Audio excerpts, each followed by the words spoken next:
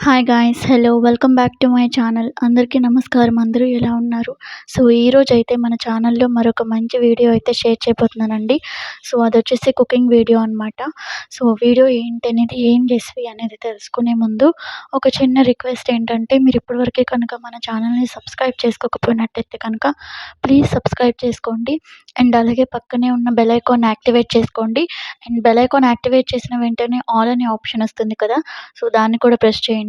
And video నచ్చితే కనుక ఖచ్చితంగా లైక్ చేయండి. ఎందుకంటే మీ లైక్స్ మన ఛానల్‌ని ఇంకా గ్రో అవ్వటానికి, ఇంకా చాలా మందికి రీచ్ అవ్వటానికి చాలా హెల్ప్ చేస్తాయి.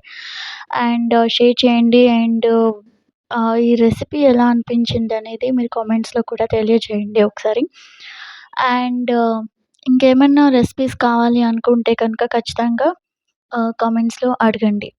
సో, ఇవాల్టి వీడియో వచ్చేసి చికెన్ కర్రీ రెసిపీ ఎలా తయారు చేయాలనేది షేర్ చేయబోతున్నాననమాట. So, first of all ginger and garlic అంటే అల్లం ఇంకా వెల్లుల్లిని తురుముకోవాలి. తురుముకున్నాక పచ్చిమిర్చిని సన్నగా అంటే మరీ సన్నగా కాదు. ఇప్పుడు వీడియోలో చూపిస్తున్న విధంగా కట్ చేసుకోవాలి.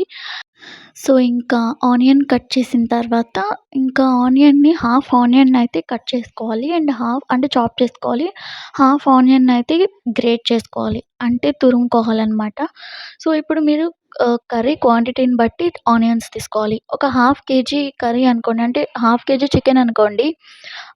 1 ఆనియన్ ఏమో చాప్ చేసుకోండి. అండ్ 1 ఆనియన్ ఏమో ఆహ్, గ్రేట్ చేయండి. అంటే తురమండి. ఆహ్ ఇక్కడేంటంటే 250 గ్రామ్స్ కాబట్టి హాఫ్ ఆనియన్ కట్ చేసాము. హాఫ్ ఆనియన్ పేస్ట్ లాగా తురిమామనమాట. సో, ఇలా అంటే ఇలాగా పేస్ట్ కాకుండా ఇలా గ్రేట్ చేసినవి వేస్తే ఏంటంటే టేస్ట్ బావుంటుంది. అండ్ కలర్ కూడా బావుంటుంది. సో, చూసారు కదా! మొత్తం అన్నీ రెడీ చేసుకున్నాము. అండ్ ఇక్కడొచ్చేసి చికెన్ తీసుకున్నాము. ఒక 250 గ్రామ్స్ చికెన్‌కి ఇవి అంటే చిల్లీస్ కావాలంటే కొంచెం తగ్గించుకోవచ్చు మీరు. బట్ కారం కోసమని ఎక్కువే వేసాము. And first of all stove on చేసుకొని పాన్ పెట్టి ఆయిల్ వేసుకోవాలనమాట. పాన్‌ని కొంచెం ఇగ్నోర్ చేయండి. ఎందుకంటే అది డైలీ యూజ్ చేసేది కొంచెం అలా బ్లాక్‌గా అయిపోయింది.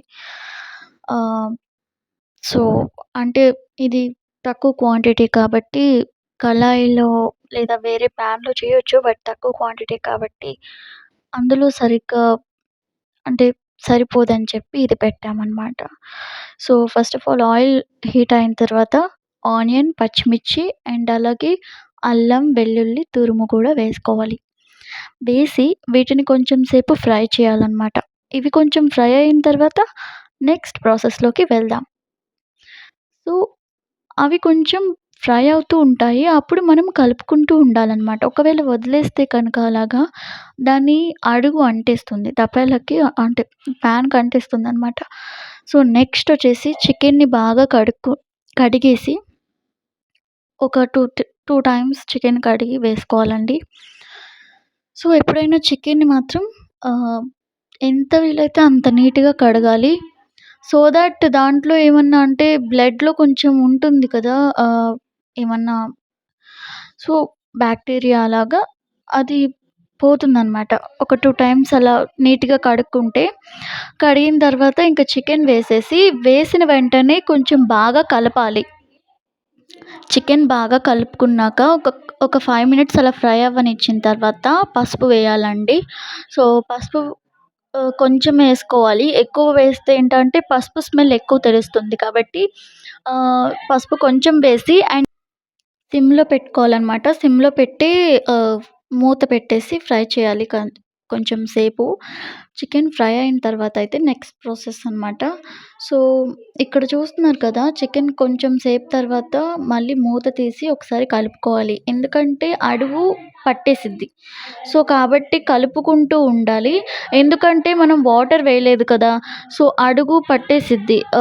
ఆయిల్ ఎక్కువ అన్నా ఉండాలి లేదా అలా కలుపుకుంటూ అన్నా ఉండాలి. ఆయిల్ ఎక్కువ వేసుకుంటే అంత హెల్త్‌కి అంత మంచిది కాదు కదా! సో, అలా కలుపుతూ ఉంటే బావుంటుందనమాట. ఒకవేళ అడుగు పట్టినా ఏం పర్లేదు. అంటే నాన్ స్టిక్ ప్యాన్‌లో అయితే పట్టదు. ఇదంటే యూజ్ చేసేది కాబట్టి అలా ఉంది. అండ్ తర్వాత బాగా కలిపేసి అడుగు నుంచి మొత్తం కలిపేసి అప్పుడు తగినంత ఉప్పు వేసుకోవాలనమాట. క్రిస్టల్ సాల్ట్ అయితే వేసాము. సో, మీరు కావాలంటే సాల్ట్ కూడా వేసుకోవచ్చు. బట్ క్రిస్టల్ సాల్ట్ అయితే టేస్ట్ బావుంటుంది. అండ్ కొంచెం వేసినా సరిపోతుంది. బట్ సాల్ట్ అయితే ఎంత వేసినా టేస్ట్‌కి అంటే సరిపోదనమాట. సో, ఇక్కడ ఉప్పు వేసిన తర్వాత కొంచెం బాగా కలిపేసి నెక్స్ట్ వెంటనే కారం గూడా వేసేసాము. మీరు కావాలనుకుంటే ఇంకొంచెం సేపు ఫ్రై అవ్వనిచ్చాక కూడా వేసుకోవచ్చు. బట్ ఏంటంటే ఉప్పు వేసినాక వెంటనే కారం వేసి వాటర్ వేయకపోతే ముక్కలకి ఉప్పు పట్టేసిద్దనమాట. సో, అలా కాకుండా ఉప్పు వేసిన వెంటనే కారం వేసేసి కలిపేసి వెంటనే వాటర్ వేసేసారంటే ముక్కలకి అంటే ఆ పీసెస్‌కి ఉప్పు పట్టదు. సో, ఒకవేళ ఉప్పు పట్టిందంటే తినలేము కదా! సో, అందుకనే ఉప్పు వేసిన వెంటనే కారం వేయాలి.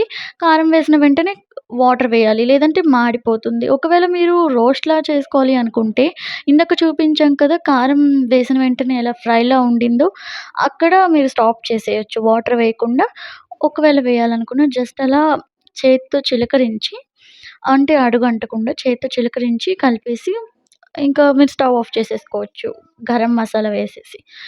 బట్ ఇక్కడేంటంటే ఇగురు చేస్తున్నాం కాబట్టి అంటే కర్రీ. కలుపుకోటానికి అన్నంలోకి సైడ్ డిష్ ఏమన్నా ఉంటే మీరలా రోస్ట్‌లా చేసుకోవచ్చు. బట్ సైడ్ డిష్ ఏం లేకుండా సింగిల్ కర్రీ అయితే మాత్రం ఇలాగే చేసుకోవాలి. ఎందుకంటే మరి ఆహ్, ఆ గ్రేవీ ఉండాలి కదా కలుపుకోడానికి.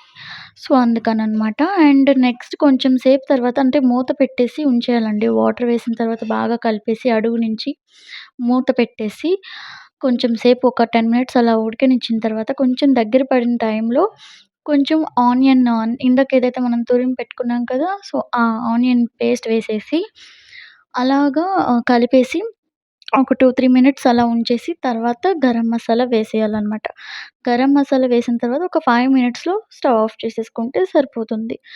అండ్ చికెన్ కర్రీ రెడీ అనమాట. సో, ఒకసారి మీరు అన్నంలో చూడొచ్చు ఎంత మంచి కలర్ ఉందో, ఎంత రెడ్ కలర్ ఎంత టేస్టీగా ఉందండి. సో, ఇదేనండి ఇవాల్టి వీడియో అయితే. ఐ హోప్ మీ అందరికీ నచ్చిందనే అనుకుంటున్నాను. నచ్చితే కనుక లైక్ చేయండి, షేర్ చేయండి, సబ్స్క్రైబ్ మళ్ళీ మరొక మంచి వీడియోతో కలుసుకుందాం.